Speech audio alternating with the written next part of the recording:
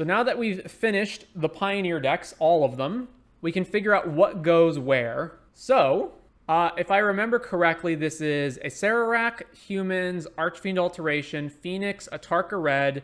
Atraxa can represent a number of different decks. So Goblins, Green-White Cocoa, Storm Herald, Hammer, Mono-Red Aggro, Displacer, Enigmatic Fires, Ensoul, Mill, Sorin Galta, Auras, Greasefang, Garuda, Creativity decks in whatever form they come in, Jeskai Ascendancy, Mono Green, Boros Convoke, Rakdos Midrange, Elves, Lotus Field, Spirits, Rakdos Sack, Metalwork, Neoform Atraxa, Bring Delight decks, Boros Pia, Gruul Possibility Storm, Prime Speaker Xanathar deck, Gruul Vehicles, Angels, Elementals, Rona combo decks, Mono White Devotion, Soul Flare, the Mono Black Waste Knot deck, Blue White Control, either traditional or Lotus, Rogues, Transmogrify decks. So basically, Transmogrify decks and Creativity are going to kind of be the same thing.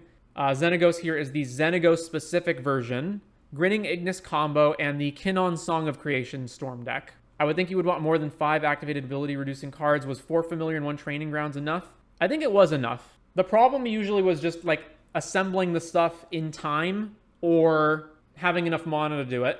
Anyway, so let's start it off. So a Sararak.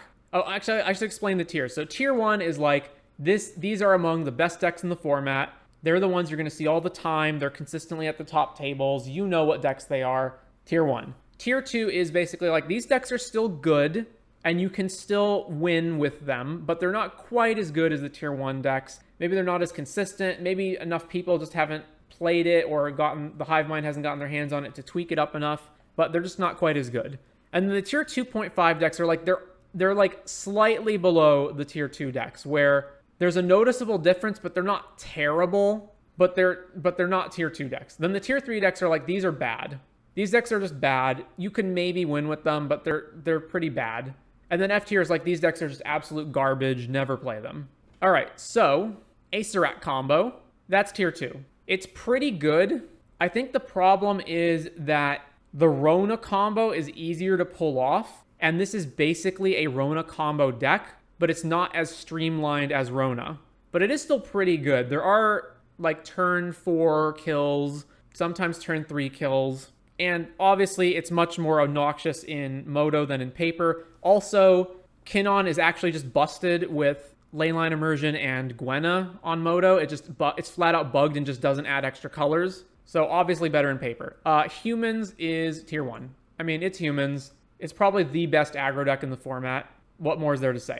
Archfiend Alteration, tier 2. Because Archfiend Alteration is basically just Rakdos midrange, but with, instead of Shieldred and some of the other like kill spells / threats, it just is playing Archfiend and Metamorphic. But it still has the same solid Rakdos plan. I think it's just like more fragile, and I don't think the Metamorphic Alteration Archfiend plan is actually good enough to warrant switching out the better in a vacuum value cards in Rakdos, like specifically Shieldred, I think is just better than Archfiend. Phoenix, tier 1.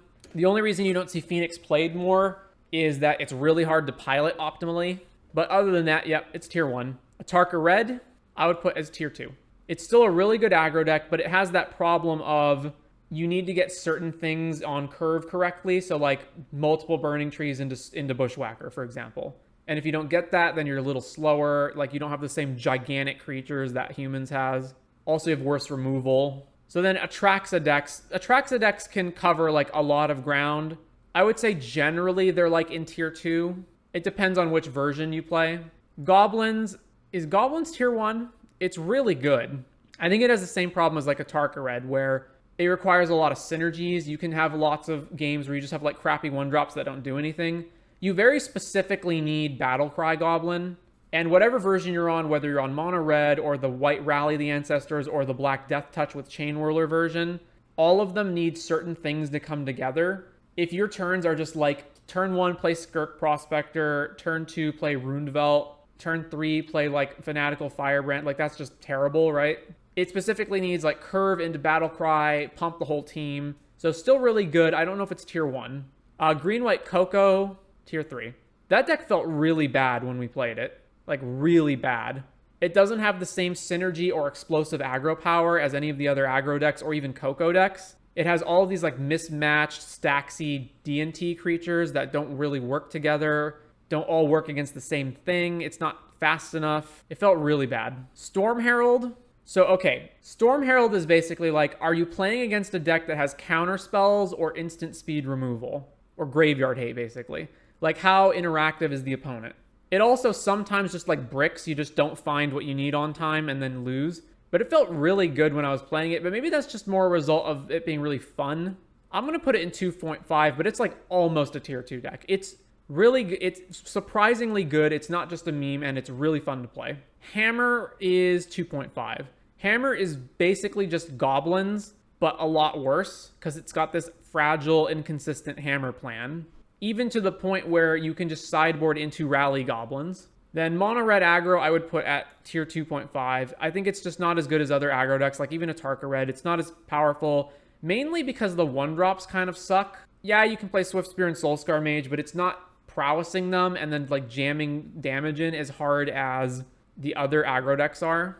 Displacer combo, what we just played, I think it's 2.5, although 2.5 with the current like first draft run. I think if you tinkered around with it, you could maybe get to tier 2. You'd have to practice more and like figure out what works and what doesn't work. Enigmatic Fires is tier 2. Fires has a lot of really good, powerful late game stuff, and it's just a matter of getting there, but sometimes you just get overrun.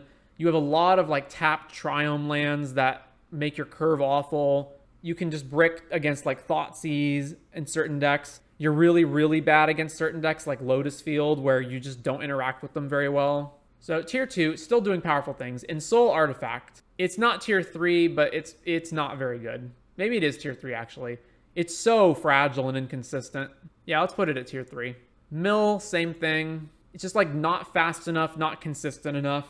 Maybe Pure Mill would be better instead of specifically the Teresian Mindbreaker combo. Even then, I don't think it's that good. Sorin Galta, what felt surprisingly good. Really powerful synergies, but even outside of the main like Sorin drop a giant creature into play plan, it's just like a solid, essentially Rakdos deck that has a lot of value cards. But it's not as good as Rakdos because a lot of its cards are synergy based and don't work well without working with each other. We also specifically played the Rakdos version, so I didn't play the fight rigging version, so maybe that version's better. Don't know. It's probably the same. That version is more all in on like cheating big stuff out and has less value cards, but it's better at cheating stuff out and it's faster because it plays a bunch of mana elves. Auras. We've seen a bunch of different versions of auras. I think the best versions are either the green-white versions that play SRAM and Light Paws, or they're the Bant versions that are more streamlined. It's probably a tier 2 deck, but that might just be bias from playing against it when your opponent gets like really great openers. It's kind of like this format's equivalent of Infect, essentially, although I guess it's the equivalent of Boggles in Modern, but Boggles in Modern doesn't really exist anymore. Greasefang is tier 1. It's so obnoxious, but yeah, Greasefang. Garuda felt pretty freaking bad. It's slow, it's inconsistent. Even when you get Garuda down, it can still just brick. Let's just creativity and transmog decks. It depends on which version you're playing, basically. So I think Atraxa decks in general are tier 2, but the specifically creativity and transmogrify decks are probably tier 1. Like, is it creativity into Gear Hulk, Magma Opus, or just stall the game until you creativity into some huge bomb are so obnoxious to play against. Jeskai Ascendancy. I think as fun as the deck was, it's probably not a tier 1 deck, but damn is it fun. It was the most fun deck we played on the stream. And maybe if I tinkered with it and had more practice with it, it could be a tier 1 deck. It felt really good. Nykthos is obviously tier 1. Nykthos is probably the most tier 1. Boros Convoke, I feel like, is tier 2. It's got that same problem where you need all the synergy to come together, and when you just play a bunch of like crappy 1/2s and 1/1s and you don't convoke a guy out, or your opponent just sweeps your board, then it falls apart. Rakdos Midrange, obviously tier 1. Elves. Elves felt kind of bad. It did have the times where you won pretty quickly and swarmed the board, but a lot of times it just folded. It's really bad against sweepers and interaction, so tier 2.5 for Elves. Lotus Field's tier 1. Spirits is tier 1. Rakdos Sack is tier 1. Metalwork Colossus deck, I think, is tier 2.5. It needs to be reconfigured better. So the version that we played, you're just playing way too many do-nothing artifacts. There are probably versions that you could play that run like Essica's Chariot and Sky Sovereign instead. Maybe you could run, since the deck already wants to play Mightstone, Weakstone, you could run the Urza that melds with it. Again, the deck is also running a bunch of artifacts, so you could make those cheaper. So I think if anyone was inclined to tinker around with this deck, they could maybe get it up to tier 2. Neoform Atraxa, tier 2. Bring to Light decks, they're basically in the same tier as the Fires decks, where they have really powerful late games, but they can get run over by aggro or just stumble and have lots of tap lands. Boros Pia, I think Boros Pia is tier 2, but it's really close to being tier 1. And the thing is, you're at the mercy of your impulse draws is the thing. So you can get impulse draws that are fantastic, or you can just brick, like 2 lands and whatever. It also very much matters whether you have Pia on the board as your best enabler for all the impulse stuff. When you don't have it, or when you don't have like multiple prowess creatures, then the impulse stuff is worse. Rule Possibility Storm, I think, is tier 2. This was one of the 2 decks that we 5-0'd, although I don't think it's good enough to like consistently do that. But the deck is very powerful, and even outside of its combo turns, it can kind of play the same as like Rule Vehicles, where you can just play like multiple Lovestruck Beasts and start beating down. And it does have a combo that is fast enough and inevitable enough with how the deck plays out. Vannifar was tier 2.5. There were times when we got it, but it's another problem of you're playing a synergy deck. It's slow. It's slower than a lot of the other combo decks. It's a big problem that Vannifar is like a 4-drop that can't activate immediately. You have to fill your deck full of garbage. You have to play, 4 extractions, 4 Renegade Ralliers in order to have enough creatures to where you just chain them all together. In fact, you know what? This deck's tier 3. This deck is not good. It's like the deck that's between these the most, but again, needs some tinkering. Gruul Vehicles is tier... So the thing is, like, Gruul Vehicles really depends on what you're playing against. If you're playing against aggro decks and you drop like Essica's Chariot, haste it, make a token, or Sky Sovereign, haste it, kill 2 things, then it's really good. But when you're against bigger stuff like Nykthos, Lotus Field, Greasefang, and they're just faster than you, then it struggles a lot. It's probably another tier 2 deck. Angels is also a tier 2 deck, although Angels has some insanely busted starts. If you recall, on one of the leagues we did, our opponent went turn 1 land, turn 2 Giada, turn 3 Righteous Valkyrie, turn 4 Coco into double Resplendent Angels, and they went up to like 40 life and had multiple... They had like a 10-10 and an 11-11 token in play. Angels has like crazy busted starts and is so hard to kill with aggro, because it will just gain a bajillion life and flood the board. But it obviously, again, it depends on what you're playing against. Like if you're playing against Nykthos or Lotus Field and they don't care that you're gaining a bunch of life, then it's worse. Elementals, so there's multiple versions. There's the white, well, all of them play Omnath, but there's the more white version that is playing like Chained to the Rocks and Leyline Binding and Elish Norn. And then there's the more like Rug combo version that's playing Ashaya and Flings. I think the Ashaya version is better. So it depends on which version you're playing. It feels like it's a tier 2.5 deck though. Rona combo. I think Rona is tier 2, but it's really close to being a tier 1 deck. And the major problem is the deck just like folds to Fatal Push. Although it does have redundancy, and like Tyvar can get Rona back, but when the decks that are all in on Rona plus Mox Amber plus Retraction Helix, you're a synergy deck and you just loot, and your creature that is your combo piece dies to Fatal Push. Mono White Devotion. So we played a version that did not have red. That feels like a mistake. It feels like you really should be playing Chained to the Rocks and Fable the Mirror Breaker. So the version that we played absolutely sucked. But if you're playing a better version, it's probably like a tier 2.5 deck. Soulflayer is tier 3. Soulflayer is just worse Neoform Atraxa.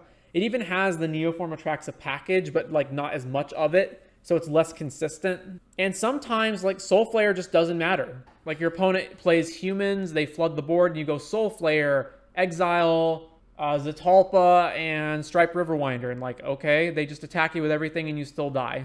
Sometimes you still die even when you exile Atraxa with it and you have First Strike and Lifelink and Death Touch, and you still die. The Waste Not deck, I think, is tier 2.5. It feels like you've taken Rakdos Midrange and you've stripped all the good red cards out of it and made it a lot worse and replaced it with like bad black cards. I'm not really sure why people are playing it. I guess a lot of people just really love Waste Not. Blue-white control is probably tier 1, although I think it's the most fragile of the tier 1 decks. Rogues is 3. Rogues is just feels so bad. You need a very specific curve, but unlike a deck like, you know, Boggles, for example, where you have really awesome, like, turn 1 Boggle creature into double aura, into another aura, or another aura, and, like, kill your opponent. This deck is like, you're playing 8 actual creatures that do things and then a bunch of garbage. So it's not controlling enough to be a control deck, and it's not aggro-y enough to be an aggro deck. The Xenagos Worm version of Creativity, just F tier, just don't play this anymore. It's worse than every other version of Creativity and Transmogrify, and it's really there's multiple reasons for it. One is Xenagos and World Spine Worm, in a lot of cases, well, Xenagos flat out doesn't do anything without World Spine Worm, and World Spine Worm without Xenagos is not very good either. So you can't actually Creativity on turn 4 because you need to wait and do it again. So you need to make multiple tokens, which sometimes is a problem, and get to 5 mana and then do it. And even sometimes that isn't enough to kill your opponent. Like against Nykthos, they might just have enough stuff that they can block you, or they might just have a removal spell to kill World Spine Worm, and then they kill you on the following turn. Ignis combo is tier 2.5. I think its problem right now is consistency. There's not enough. There's too many times where, like, either you don't have the pieces, or you have the pieces, but you're just like one short of going off, or you can play Ignis infinitely, but then you don't have an outlet for it. So it probably needs to find a way to fix that. And then Kinnon Song. We had some absolutely stupid games with Kinnon Song. Like, literally, like, dead on board, drawing into the exact 2 spells we needed back to back and winning from an empty board. That said, it's kind of like Rona combo, but way more fragile. So it is probably a tier 2.5 deck, but it is also, again, really fun to play. It is very powerful, but you do have to fill your deck with a bunch of crap, right? Like, you have to play all these 0-drop spells that cost nothing so that you can trigger Song of Creation. So if your opponent just thought seizes the Song of Creation, or counters it, or plays like March of Otherworldly Light, then you're drawing a lot of, you know, dead weight. But anyways, that is the end of the Pioneer tier list. So I think this is how I would rank them all. So that brings us to the end of the wheel. We are officially done with all of the Modern and Pioneer decks.